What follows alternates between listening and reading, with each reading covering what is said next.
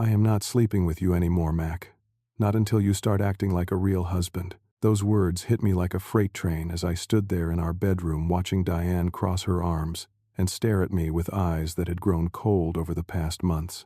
3 years ago, we got married on a beach in California, barefoot in the sand, laughing as waves crashed behind us. Back then, her eyes sparkled when she looked at me. Now they held nothing but contempt. I did not know it then, but that ultimatum was about to backfire in ways she never imagined.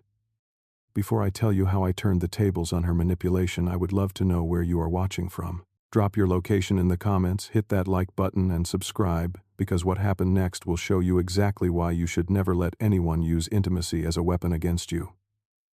Let us get into it. I met Diane 5 years ago at a coffee shop in Portland. I was grabbing my morning coffee before heading to a construction site, and she was sitting by the window with her laptop completely absorbed in whatever she was working on. When she looked up and smiled at me, something just clicked. She was funny, full of life, and had this infectious energy that made everyone around her feel good. We dated for 2 years, and those were some of the best years of my life. She made me feel like I could do anything. We got married after that, and the first 3 years were simple and happy. We rented a small apartment, nothing fancy, but it was ours. I worked as a civil engineer, making decent money, and Diane worked in marketing for a tech startup. Our weekends were filled with cooking together, binge-watching shows on the couch, and hiking trails around Oregon. We were not rich, but we had enough. More importantly, we had each other. Or at least I thought we did. About 6 months ago, things started to shift. Diane's company landed a major client, and she got assigned to work closely with Kyle, the new creative director they had just hired. Suddenly, she was staying late at the office, coming home exhausted and irritable. At first, I figured it was just work stress. Big projects do that. But then the complaints started. "Mac, you never take me anywhere nice anymore." The comment caught me off guard because we went out to dinner every week, sometimes twice. I reminded her of this, but she just rolled her eyes and said I was missing the point. Then came the comparisons. Kyle's wife gets flowers every week. Must be nice to feel appreciated. I felt a knot form in my stomach. I had always tried to show Diane I cared, but apparently it was not enough anymore. So I stepped up my game. I started buying flowers, booking reservations at expensive restaurants downtown, the kind where you needed to make reservations weeks in advance. But nothing changed. If anything, Diane became more distant. When I presented her with a bouquet of roses one evening, she barely looked at them. "It is not about the flowers, Mac. It is about the effort." But I was putting in effort. I just did not understand what she wanted anymore. The intimacy between us started to disappear around this time. "I'm tired tonight," she would say when I tried to get close to her. I understood at first. She was working hard, dealing with pressure, but one night turned into every night. 2 weeks passed, then 3, then a month. I tried talking to her about it one evening after dinner. "Diane, is everything okay between us?" She looked at me like I had asked the stupidest question in the world. "Everything is fine. I just need space." Space. That word became her favorite excuse for everything. But space turned into distance, and distance turned into a chasm I could not cross. She spent hours on her phone every night, smiling and laughing at messages she would quickly hide when I walked into the room. When I asked who she was texting, the answer was always the same: just work stuff. But work does not usually make someone giggle like a teenager at 10 o'clock at night. I started feeling like a stranger in my own home, watching my wife slip away and not knowing how to reach her. Then came that Friday night, the one that would change everything. I got off work early, stopped by the store, and picked up an expensive bottle of wine. I thought maybe I could recreate some of that magic we used to have, set up a nice evening, just the two of us. When I walked through the door with the wine, Diane was sitting on the couch, scrolling through her phone. She looked up at me, then at the wine bottle, and her expression remained flat. "What is this for? I thought we could have a nice evening together, just us." I tried to sound hopeful, but even to my own ears I sounded desperate. Diane set her phone down slowly and looked at me with those cold eyes. "Mac, I told you, I am not in the mood." "I have not been for a while." "I know," I said, holding the wine bottle awkwardly. "I just thought maybe we could." "Maybe what?" She cut me off. "You think wine fixes everything?" She stood up and faced me fully. "I am not sleeping with you anymore, Mac. Not until you start acting like a real husband." The words hung in the air between us like a grenade that had just gone off. "What do you mean, a real husband?" I asked, my voice shaking slightly. What have I been doing wrong? Figure it out yourself, she snapped. I am tired of spelling everything out for you. Then she walked into the bedroom and locked the door behind her. I stood there in the living room holding that bottle of wine, feeling like the floor had just disappeared beneath my feet. The days that followed were a blur of desperation. I went into overdrive trying to save my marriage. I took over more household chores, cooking elaborate dinners that Diane barely touched. I would come home with gifts, designer handbags, perfume jewelry, anything I thought might make her smile again. She would accept them with a cold thanks and go back to whatever she was doing. No warmth, no appreciation, just acknowledgement that I had given her something. I booked a weekend getaway at a resort on the coast, one of those places with ocean views and spa treatments. I thought maybe if we could just get away from everything, reconnect without the stress of daily life, things could get better. But when I showed her the reservation confirmation, she did not even look excited. I have work. I cannot just drop everything. The disappointment must have shown on my face, because she added, "You are being pathetic, Mac." That word pathetic hit harder than anything else she had said. But even then, I did not stop trying. I wrote her notes, left them where she would find them. I sent texts throughout the day telling her I was thinking about her. Every effort was met with silence or worse, annoyance. I was drowning, and the person who was supposed to throw me a lifeline was the one holding me underwater.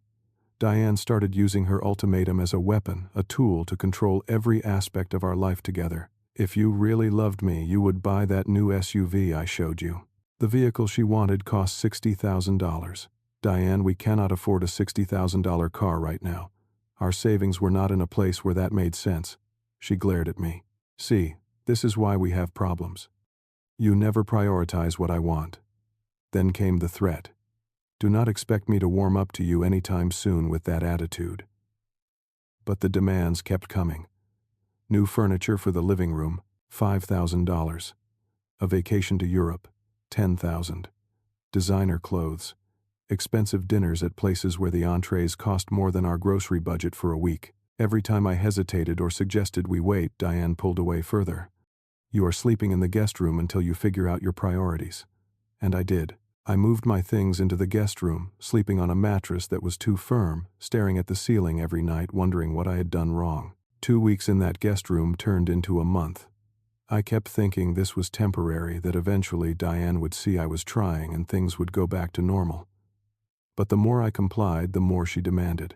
The more I gave, the less she respected me. And slowly, painfully, I started to realize something was very wrong with this picture. One night I woke up at 2 a.m. to the sound of quiet laughter coming from our bedroom. I got up and moved closer to the door. Diane was on the phone, her voice soft and sweet in a way she had not spoken to me in months. I know. I cannot wait either. Yeah, he has no idea. My heart started pounding so hard I thought it might burst through my chest.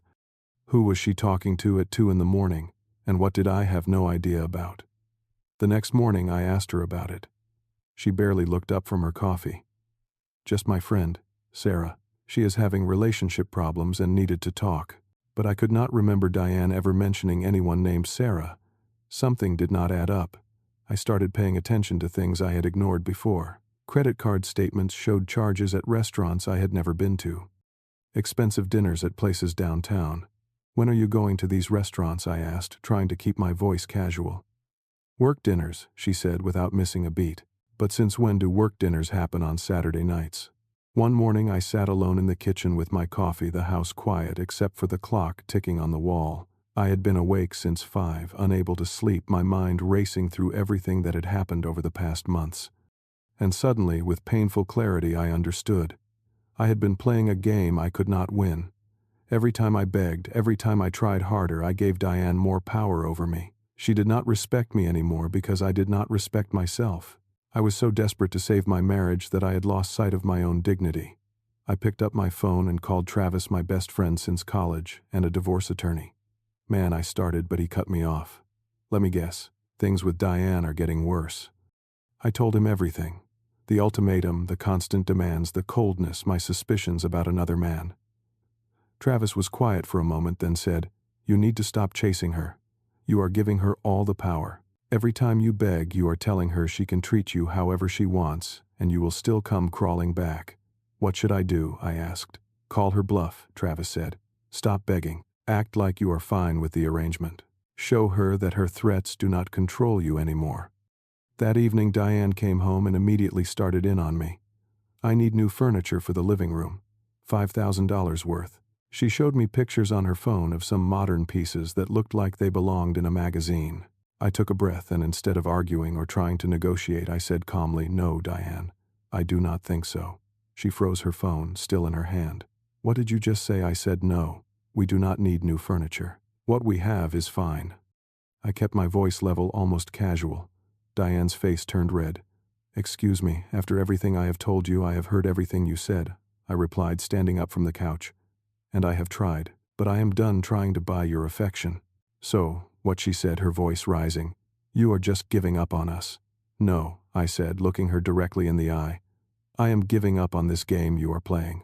If you do not want to sleep in the same room as me, that is fine. I will take the guest room permanently. Make it my space." I walked to the bedroom and started gathering more of my clothes. Diane followed me, and for the first time in months I saw something other than contempt in her eyes. I saw panic. "Mac, what are you doing?" "I am giving you what you wanted," I said, folding a shirt and placing it in a bag. "Space."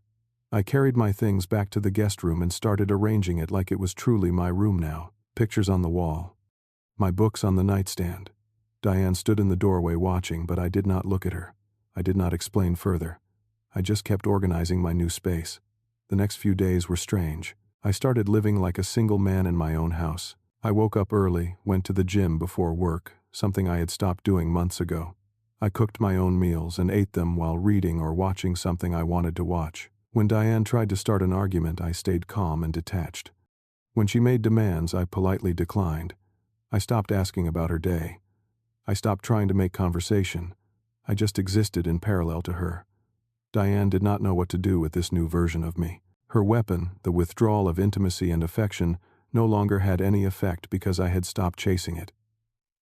She tried different tactics. She started dressing in revealing clothes around the house, wearing makeup when she had been going barefaced for months. She would walk past me slowly, clearly trying to get a reaction. "You look nice," I would say, politely, then go back to whatever I was doing. The lack of response drove her crazy. "You do not even care anymore, do you?" she said one evening, standing in front of the television I was watching. I looked up at her. "I do care, Diane, but I am not going to beg for my own wife's attention. If you want to be with me, you know where I am." Then I went back to my show. She stood there for a moment longer, then stormed off to the bedroom. For the first time in months, I felt something like peace.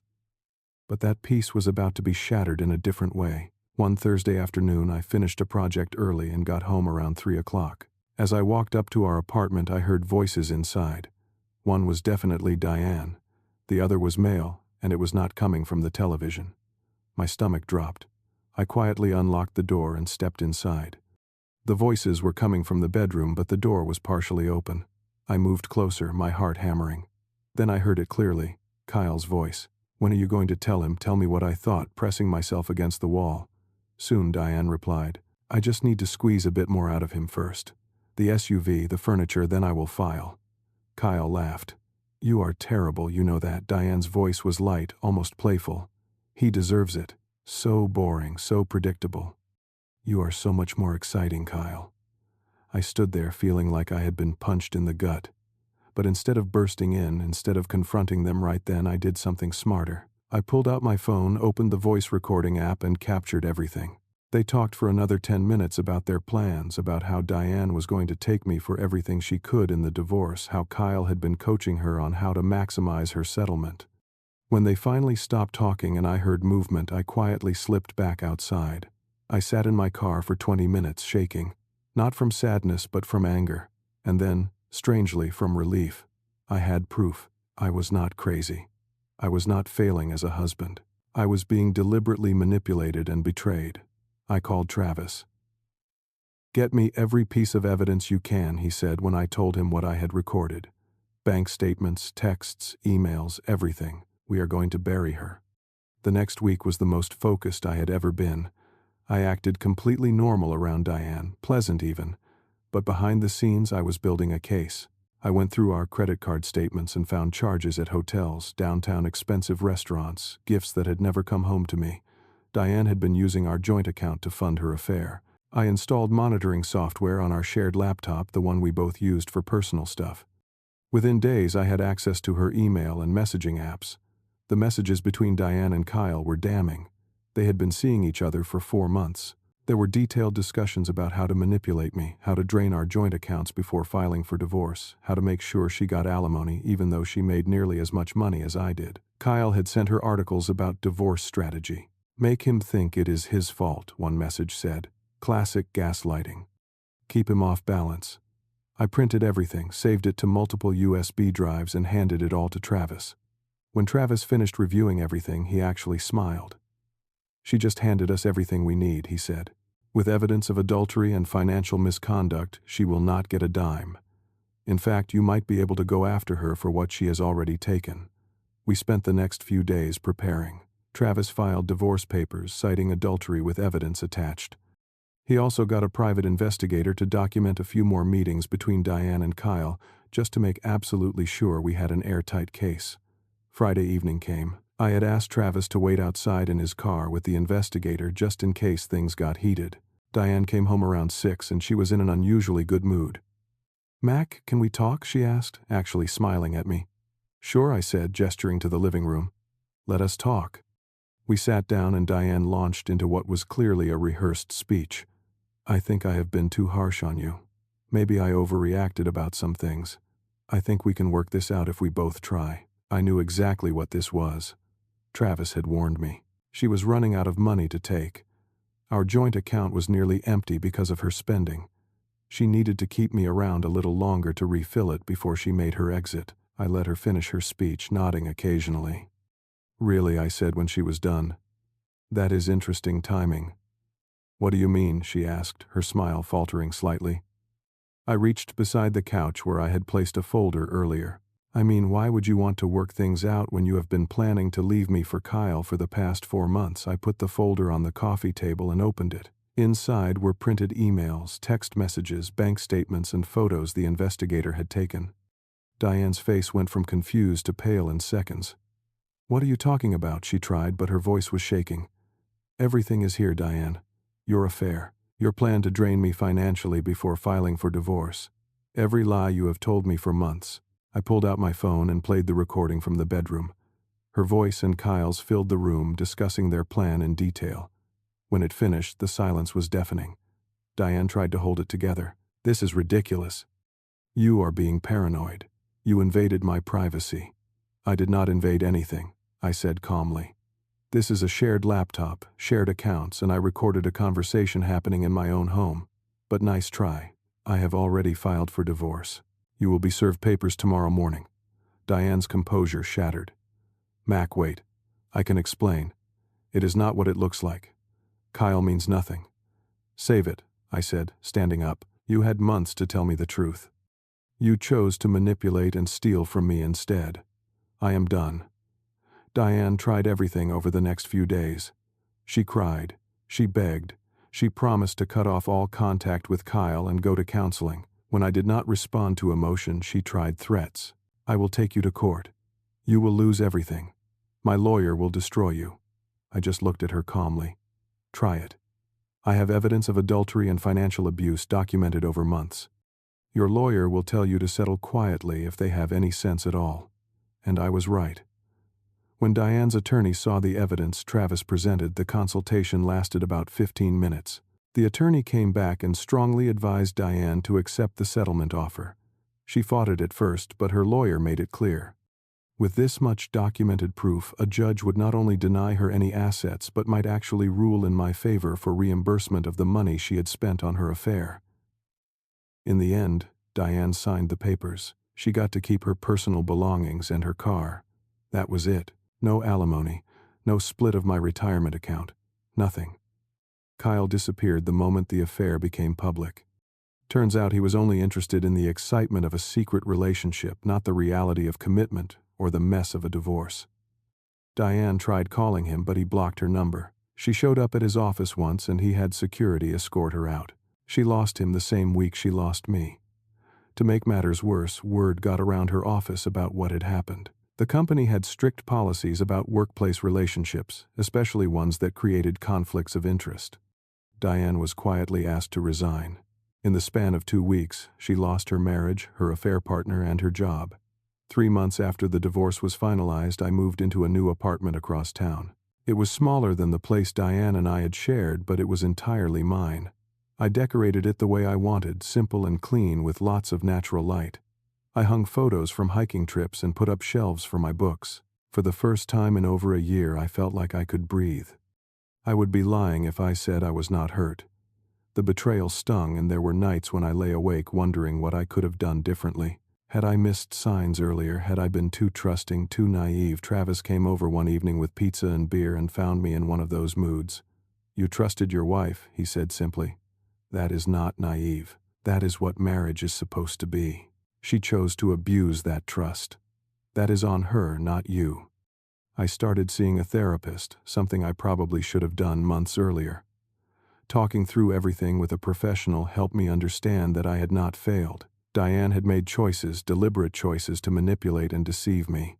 Those were not my fault. The therapist helped me work through the anger and the hurt and start rebuilding my sense of self-worth. Slowly, I started to feel like myself again, or maybe a better version of myself. I threw myself into hobbies I had neglected during my marriage. I bought a decent camera and started doing landscape photography on the weekends. I joined a rock climbing gym and met a great group of people who invited me on outdoor climbing trips. I picked up a guitar I had not touched since college and started taking lessons again. My life stopped revolving around trying to make someone else happy and started focusing on things that brought me joy. About 6 months after everything ended, I was sitting on top of a mountain after a long climb with my new friends. We were resting, drinking water, and looking out over the valley below. And I realized something. Diane had used intimacy as a weapon because she knew it was the one thing I valued most in our relationship.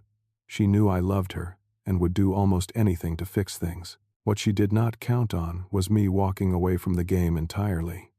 The moment I stopped begging, stopped playing by her rules, she lost all her power. That was the real lesson in all of this. Manipulators only have control when you keep participating in their game. The second you refuse to play, they have nothing left. I had learned that intimacy should never be used as a bargaining chip in a relationship. Real love does not withhold affection as punishment or use closeness as currency. Anyone who does that is showing you they do not understand what a partnership means. I also learned about self-worth. For months, I had defined myself by whether I could make Diane happy. I measured my value as a person by her mood, her approval, her satisfaction. When she was unhappy, I believed it was my failure. But that was wrong. My value as a person was not dependent on someone else's perception of me, especially not someone who was actively working to tear me down. I was worthy of respect and love simply because I was a decent person trying his best. That was enough. About a year after the divorce, Travis invited me to his birthday party. It was a casual backyard thing with a mix of his friends from different parts of his life. I ended up talking to a woman named Amanda, who taught 3rd grade at an elementary school nearby. We talked about books, travel, our favorite hiking spots, funny stories from our jobs. It was easy and natural. No games, no demands, just genuine conversation. At one point, she asked about my last relationship. I gave her the short version.